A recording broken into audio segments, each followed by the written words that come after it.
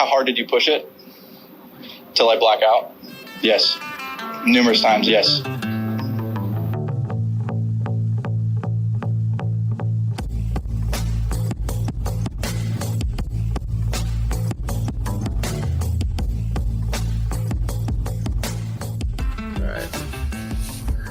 What's happening, MuniciPals? This is Big C and Ashton in the big house. Yeah. AKA Big C's new home in Oregon. Is that what it's called, the big house? It's called the big house. Since it's Big C's house, it's called the big house.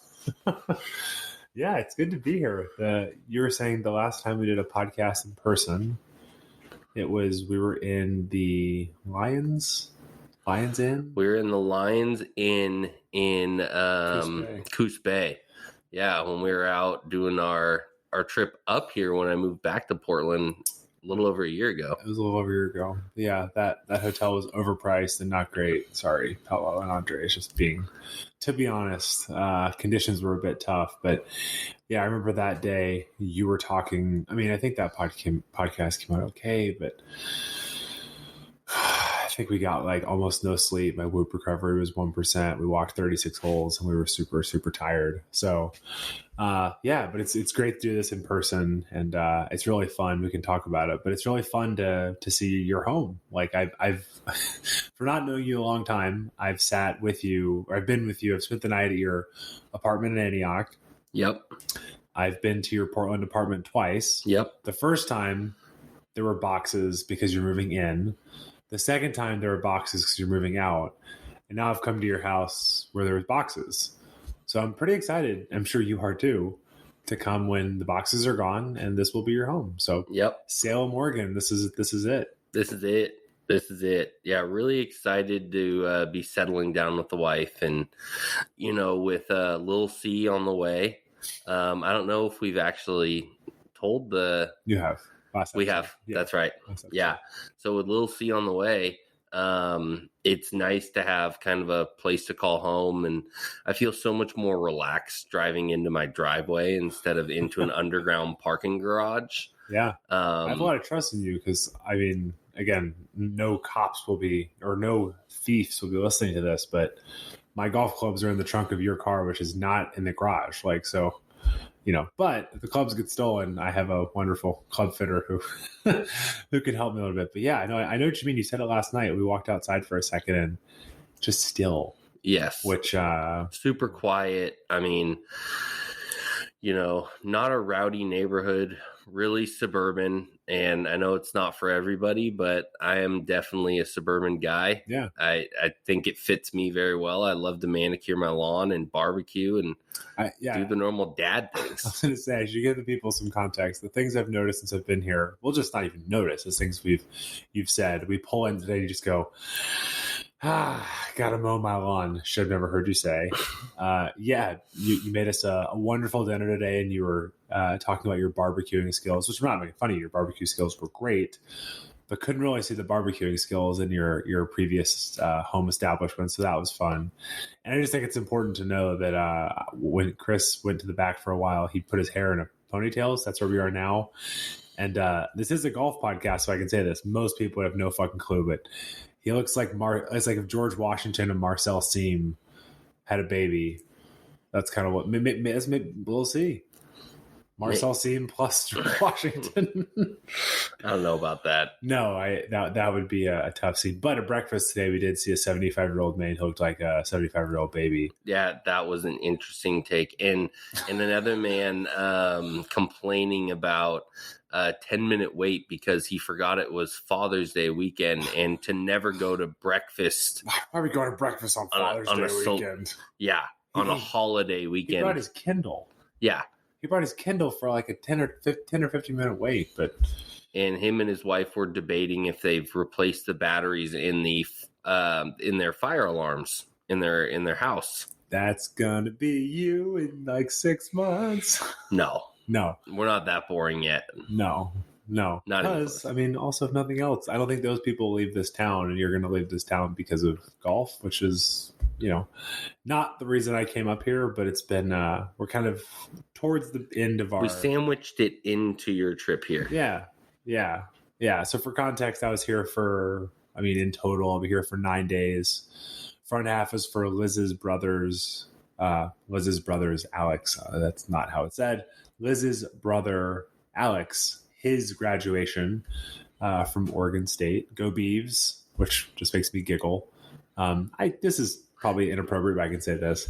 I guess they're no rivals to the Bulldogs, so it's not like you have any issue there. No, I mean, and it's a house divided in her house. But I do have to sort of drive by Shoot Liz and say, when I was giggling about Go Beavs at the graduation, she didn't know what that was. So if you don't know what that is either, I don't know. I don't know. Or this is a family podcast, kind of. But I swear a lot for a family podcast, but yes. Yeah. But go to Urban Dictionary to get yourself a giggle. But Liz was like, "What? What about Beaver?" And I'm just like, "Babe, I don't know what that." I'm not going in an explanation Birds here on the graduation. Birds and the bees. But yeah, and then middle of the week, have been working here from Liz's parents' house, hanging out with them, seeing some people, fitting in some golf with you, and spending the weekend in Salem with you while Liz is on a bachelorette in Bend. Sun River, is that? Sun River is in part of Bend, yes. Yeah, which ironically, to make it again about golf, they had the Bachelorette ended up at a golf course. You knew it? Yeah, so they're actually at the Crosswater resorts. There you go. So there's multiple golf courses out there. Yeah. So we'll talk. To be clear, this podcast will not be deep dives. We're gonna kind of save this for the coming weeks. But we'll kind of talk about a little bit about what we've done so far. But this is going to be a 4-part series. We've got 4 courses that we're going to talk about through the series, and I'm really excited to get into it. Just because I think all the courses, one thing you're going to see a running occurrence is me talk mad shit about Peter again. Peter Jacobson comes up a lot I'm a big through fan this. of Peter. Like, we'll talk about some of these takes, but yeah. I don't know. I'm still fuck you, Peter. So, yeah. Speaking of family podcasts. Yeah, Chris's quote was, he said that if he ever sees Peter Jacobson, he's going to tell him to fuck you to his face and turn around. So we shall see. But, well, we will say, and I know we're a public golf podcast, but we did have the privilege. One of my customers. I didn't know if you were going to say this. One of my customers got us out to probably one of the most elite country clubs. So you absolutely know me and Ashton were fish out of water here. It was a very awkward. I felt awkward until I think we got on the course. Yeah, for sure. I didn't feel. I wouldn't say I felt unwelcome, but I just didn't feel like it was my place to be. No, and for context, this is Waverly Country Club. And it was, I mean, I didn't know too much about it. I honestly didn't even remember or know about Tiger's Am. I mean, I guess I had seen the videos, so I did not really put that together. But yeah, it was a really special place. I mean, exactly what you'd expect. It was a Chandler Egan design. Gil Hans renovated it or restored it, whatever terminology you want to use, back in 2012. You could definitely see, obviously, the original routing was wonderful. Gil Hans bunkers everywhere. Greens were immaculate. It's just a really well-designed golf course that, if anybody listens to this, they know how much we love a good piece of golf architecture. And I think this is, on the private sector of Portland, probably one of the best and highest levels of golf architecture in the area. Yeah. So it was a privilege to be able to get out there. Definitely. It was. Not our scene, but the golf course, once you're out there and on your own, it felt just like any other. Totally. And to be clear, like Chris said, we felt very, very comfortable. It's just more of, it's like, especially for me growing up in the South, having been to private clubs where with my tattoos, I've sort of been looked down on. I just told Chris, I made sure to, I kept my pullover on until we got to like hole 3 or 4. I wasn't about to like proudly march in. And look, again, that's a whole separate discussion. I think my philosophy where I net on this is I want to play the course. I want to see it. I will put on my sort of monkey suit for the afternoon, and like it's their place, right? It's like it's your place, you get to do what you want. And again, no one told me to do that. That's just sort of what I did. But to bring it, I think some overall themes be a good thing to talk about, like themes for our trip. The thing that I can identify through, I've played 3 public tracks so far. Obviously, if you can get out to Waverly, do it. Conditions are amazing, yada, yada, yada. But I think what I found so far is I think that the floor for Portland golf is very, very high. And we'll talk about, again, when we dive in, we'll talk more about cost. Hint, hint, it's quite affordable. But I think what's been really, really a breath of fresh air for me is like, again, I know you wouldn't take me to a dog track. I'm sure there are dog tracks, but the courses we've played, especially at the prices we're playing them, the floor is very, very high. Not just from like wow, there are a lot of really good holes here. Yeah, there are some stupid ones that you'll identify when we get into your Peter Jacobson fuck you holes. But I have heard you talk about a lot about Portland golf, and I think for me, just seeing like wow, like getting to play this place for $25. Does it have flaws? Yeah, some. Are the greens really good? Absolutely. And granted, one thing we'll kind of give some context on as well. I've heard every fucking person talk about this, and I get it because of how wet it's been. But it's the wettest spring in 81 years. 81 years. We're in the middle of June, and we're still getting dumped on. And usually by end of April, beginning of May, it's starting to lighten up, and we might be getting 1 or 2 days of rain, every 10 days, which is pretty light for Portland and very doable. But right now, I mean, it's like 5 days of rain, 2 days off, 5 days of rain. And luckily, it's starting to look like it's opening up and warming up a little bit. Right as I'm leaving town. Right as you came into town. We had a beautiful week prior. The day you show up, it's dumping. Yeah. Yeah, we left the Bay Area and it was 82 degrees. We were sweating. We landed in Portland and it's like 50 and raining. Crazy. But I mean, the thing I will say that's been nice is like the courses have definitely been a little wet. The ones we've played, again, shout out to you, have drained really, really well. But what has been awesome is, I mean, these places are lush. Like, cannot emphasize how lush these places are. But, I'm used to coming from places, I guess courses in Atlanta are lush enough. Like, coming from the Bay Area where it's... Well, you got water restrictions and drought. Begging for water. Yeah. And these places are just green, just fucking green. You come from baked out, courses like Wente and Chardonnay and, Calipe and stuff. When it becomes summertime, I mean, half the course is brown. Yeah. Because they have to water the important parts and they have to leave the rest the way it is. Where in Portland, like, water is in abundance. Like, I mean, it's everywhere. Yeah. And then when we do get really big, extended winters that create so much rain, I mean, we get these lush conditions. So the summertime golf this year, if anybody's listening and you want to get out somewhere to travel to play golf, come up to Portland. That it's going to be probably the best conditions. It's going to be unbelievable. It's going to be incredible because I mean, these courses are so bright green right now. I mean, like too green almost. Yeah. It almost looks fake at this point, but they're just gorgeous. And the courses that we got to play, I made sure because of how wet it's been that I picked all courses that drain really well.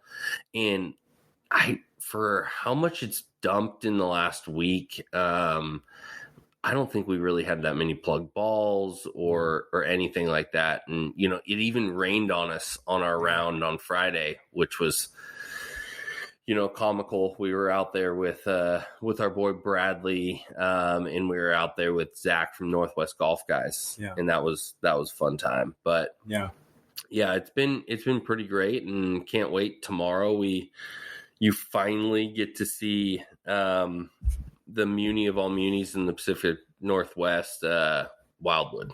Yeah, I can't wait. I think because we've really had kind of a bunch of variety, which again, I expect nothing less from you. So on Tuesday, I played Chehalem Glen, not with you because you were working. I was able to sneak out of work a little And early. Peter Jacobson design. Fuck Yeah. Peter. With friend of the pod, Christian Park, and one of Liz's buddies, who's becoming my buddy, Luke Nelson. And it was wet, but I think that place was great. Again, we're not going to give a bunch of takes, but just going to give you a wet the whistle a little bit. I think it's in Woodburn. I'm trying to learn Portland. So Chehalem Glen technically is like in Woodburn. It's just south of like Tigert Tualatin, probably about 25-30 minutes of central, like downtown Portland. Yeah. So they were saying like 40 minutes for them. Yeah. Living in Portland. So really good. I think what we'll kind of talk a lot about the theme there is sort of like bipolar nines, a front nine that looks and feels nothing kind of like the back nine in so many ways. But again, I think we played there for, it was $25 to walk. So just wonderful there. Thursday we played Waverly. Again, thank you, Nick. That was wonderful. Yesterday we played Stone Creek. Wow. Like, I don't know. Like it usually when I say something feels like it's out of Golden Tee, that's a negative thing. It didn't feel that way at all. Especially too, because again, I think there's this, people know this who listen to this podcast, but I think the big thing that to call out in situations like this is I am from the South living in California. I think just like Stone Creek really kind of like shows off Pacific Northwest. Yeah. And so like it sort of like stimulated my brain in a way that like I would expect it not to for you. Cause like you've seen it, you get it, where like you're back on those holes, like the holes you kind of dislike, like 13, 14, 15. You're just like, yo, what the fuck? Like it's like a prairie and there's like a wildlife reserve on that par 3. And again, I know we paid a little bit more because we carded, which was actually a mistake that we'll talk about. But I think, big mistake. I think Zach said it was like $32. And again, we teed up after 5 o'clock, but still really, really good deal. And guys, I can confirm, I saw Chris with a golf bag on his shoulders because they cut off his golf cart, our golf cart at 8:45. But Chris had to install the strap on his bag. Yep. But I did see Chris carry his golf bag for a couple holes, so that definitely got the juices going. Yeah. They had a strict policy of having the cart back at 8:45. Which is very fair. We were running into like pretty much like sun was setting on us through 17, 18. Yeah. So I had to skip a hole. Thank you for doing that. To go bring the cart back because Ashton was in a match against Zach. This was the match play for. Technically, it's weird. It's NorCal Golf Guys. Yes, because they had an odd number, so Zach paired me against him. Weirdly, we talk all the time. We never played golf together, but the irony is we played together in one of his courses. And we'll just say this: Zach decided that he was going to talk a little bit of trash prior to going out to this round. Your words, not mine. Your words, not mine. Sending Ashton a if you're gonna come at me on a home course, that I think the quote was if you're gonna play golf against me in Portland, you're playing for your life. Which, you know what? All I'll say to bury the lead there, I'm alive. You're alive. That's it. That's it. I'm alive. That's it. Round two. And then today, I actually want you to kind of give the little summary because, I mean, I view this as your track now. Like, this is your track. So this is what I would now consider my home track, or the one that I prefer the most down here near the Salem area. It's actually in Corvallis. So if anybody knows where Oregon State is, this is the Oregon State Beavs course called Tristan Tree, which funny story, and we'll get into it. There's a funny history behind why they call it Tristan Tree, but we'll get into that in its individual episode, because it's going to be a 4-part series following this with the 4 courses that Ashton got to play while he was in the Pacific Northwest. So it's going to be cool. But Tristan Tree is now my home course. This is super cool, man. Great redesign done by the same guy that did Bannon Crossings and Whose name is Dan Hickson. Oh, you said that. I can't believe I played that course all day and didn't think about it was Dan Hickson. Yeah, Dan Hickson redesign, and he, so cool. He's done so many great courses in the Pacific Northwest. If you ever get out to Walla Walla, we got to try to get him on. I know you've tried. You've like DM'd with his wife, right? I've chatted with him. I need to set a date. We're gonna get Dan on. It's going to be great to talk to him because his story is super cool because he was a PGA professional that legitimately changed his career by just changing the name on his office door from PGA Pro to architect.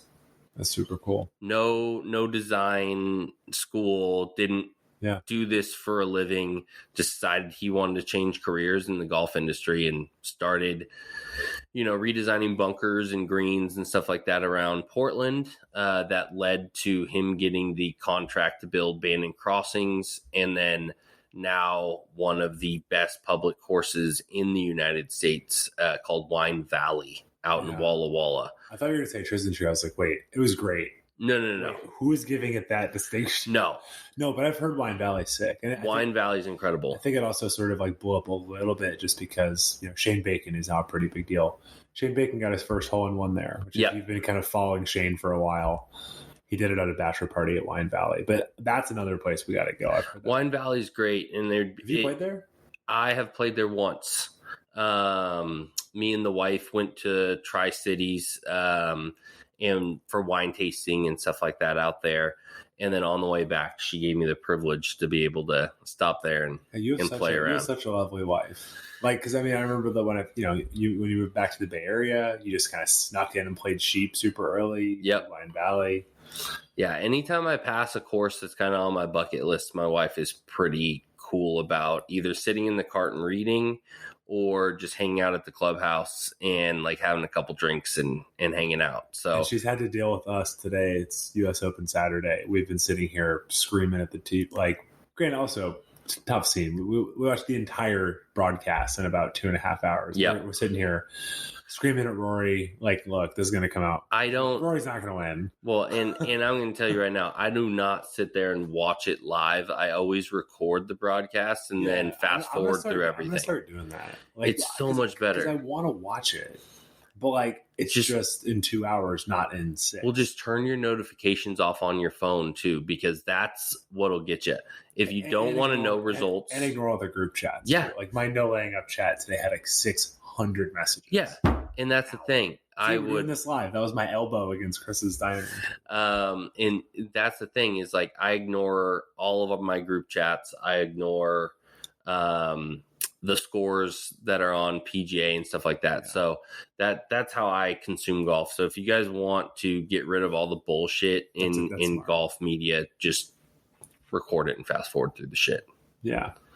Yeah. But no, I don't want to say too much more because I think we're going to start getting into takes, but the courses that we'll at least give you guys a list of courses that we're going to go over in the next 4 episodes. So again, Chehalem Glen is going to be one of the first courses that we're going to talk about. We are then going to talk about the second course that we played, that is Stone Creek. Yeah. Which was really fun. We got a great story about being late for tee time, things like that. It's going to be actually a really fun story to tell you guys. And then third course was the course that we played today, which is Tristan Tree down in Corvallis. And then tomorrow we are playing Wildwood, which is a course that I've been wanting to get Ashton out to. You guys have heard me talk about Wildwood. I absolutely love it. One of my favorite courses, always in pristine shape, and I don't expect anything different tomorrow.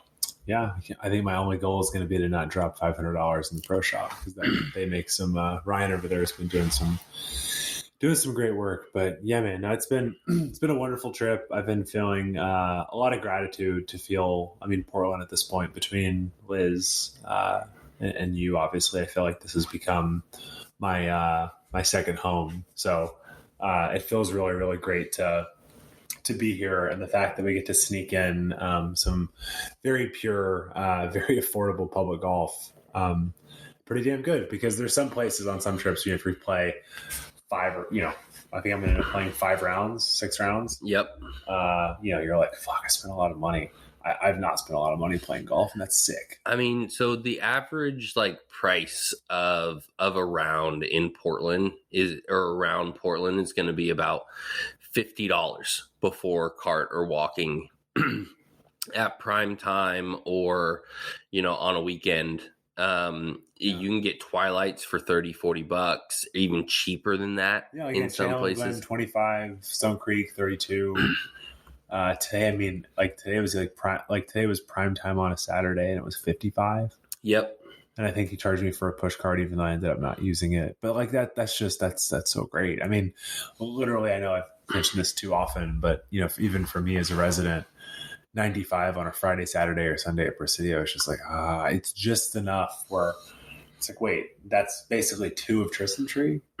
Yeah, that's crazy. That's crazy. And I mean, I would say the conditions in Portland, the thing is, we don't get year-round golf here. Yeah, that's true. So, but that would you almost would think that would cause the prices to be higher. Right? It's a scarce resource. You would, but it's the opposite. It's kind of the opposite. But the cost of living out here isn't the cost of what you're going to get in the Bay Area. That's also why you're going to get higher prices, because anybody that's heard us talk about Central Oregon golf, the prices are very reasonable. Yeah. In Central Oregon, and in Central California. And so, whenever we go to Soul Park, or we go to Cypress Ridge or Monarch Dunes, good prices. Yeah. Good prices. And that's because you're now leaving the Bay Area. Yeah. I mean, even the worst courses like San Ramon, and I mean, they're not bad courses, but just your boring, mediocre, local munis around the corner, like San Ramon and San Jose Muni, and things like that, are still charging $70 to go play them. And it's for $50-$60 in Portland. Yeah. I mean, the level that you're getting of golf is 4 or 5 times higher than what you're paying at the same price in the Bay Area. Yeah. And the one thing I will say, we're 2 idiots with a microphone, but the one thing that I do think that has hopefully been helpful for people, though, is, and again, this I give you credit, and now I'm sort of passing on the message, is those places in the Bay Area, though, where it does work, right? I mean, when people ask me where I play most of my golf, I just kind of rattle off the OGs where it's and I even specifically say, I'm hey, these are prime time, at prime time, it's hey, Metro, $62. Yep. Rooster Run, $57. Monarch Bay, especially if you playing that in Twilight, it's basically free. So I think that's the big thing, is just the places that I beat up the most are the most affordable. And then, there's times, when I get back on Monday, I'm playing Harding with Hussey and Jack, and it's not actually that expensive for me. It's 60. They're paying 95, but 95 for Harding for them. So it's really just finding the courses and the opportunities. But that's the big thing that I felt is we walked in there to Chehalem Glen, and Christian was Luke was buying him and Christian. He was paying for Christian, and the guy said $50. And I, in my head, I was like, okay, we're gonna get 18 in, whatever. And then I wasn't paying attention. The guy goes, $25. And I go, 25? He goes, oh yeah. I was like, I thought it was 50. He goes, oh no, he paid it for 2. And I'm like, oh, awesome. And then also small, I say small, but this is important stuff. White Claws are $3, not $3, $4, not $9 or $10. So that's all the stuff that's really good. So I'm loving Portland golf so far, and we've played some real proper courses. And to be clear, I'm not saying Wildwood is not a proper course, but from everything I've heard, it's, it's different. And I'm excited to get, I've been playing, Hussey, this is for you. I've been playing the hashtag Play It Back initiative. So, I played Waverly at 68. I played today Tristan Tree in the Wind at 67. I'm kind of excited to hit some hybrids off the tee tomorrow. And I think tomorrow's going to be fun. Not that these haven't been fun, but I've sort of been battling the golf course. I've been wanting to have that challenge where tomorrow I'm ready to have some fun and just hang out. I think it's going to be a really good time. Yeah, no, it's going to be good. And that's kind of what I wanted to do when you came up is give it a different taste of what we have to offer up here. And that's kind of every time you come up, I've tried to just give rid of the rain, though. When I came up last time, we played with Brad. We played Rose City in the rain. I can't. We can't win with you. It's just the rain comes, and no matter when you come, it will happen eventually. But okay, before we get out here, this is not going to age well. Well, I mean, actually, it will because people won't know. Who do you think's going to win the U.S. Open? So again, this is Saturday night. Who's going to win the U.S. Open? Oh. As of right now... No, that's not the question. Who's going to win the U.S. Open? With what you know. With what I know... it's not a trick question. I'm going to lean on Rory. I think he's going to pull it out. We shit on him all day. I know, but I really think he's going to come out super hot tomorrow. Okay. Microwave man. Yep. I'm gonna go Will Zalatoris. I think he putts good. I think he putts. I mean, dude, he showed some gumption today. Yes, ball striking was fine, but man, up and down, the putter doesn't seem to be. Granted, I mean, I'm gonna get an ulcer if he's got a 6-footer on 17. We're all gonna be dying, but okay, I got Willie Z. Yep, you got Rory, and I'm looking forward to doing this kind of. We'll call it a series, but I'm just excited to talk about these courses because. You've really picked some places that have my brain activated. Again, and the fun thing too is my brain for Stone Creek versus Tristan Tree were activated in completely opposite ways. So it'll be fun to talk about it. Yes, sir. Okay. Can't wait. Okay. So get some sleep so we can we gotta get Wildwood in. Okay. Peace, buddy. Later, buddy.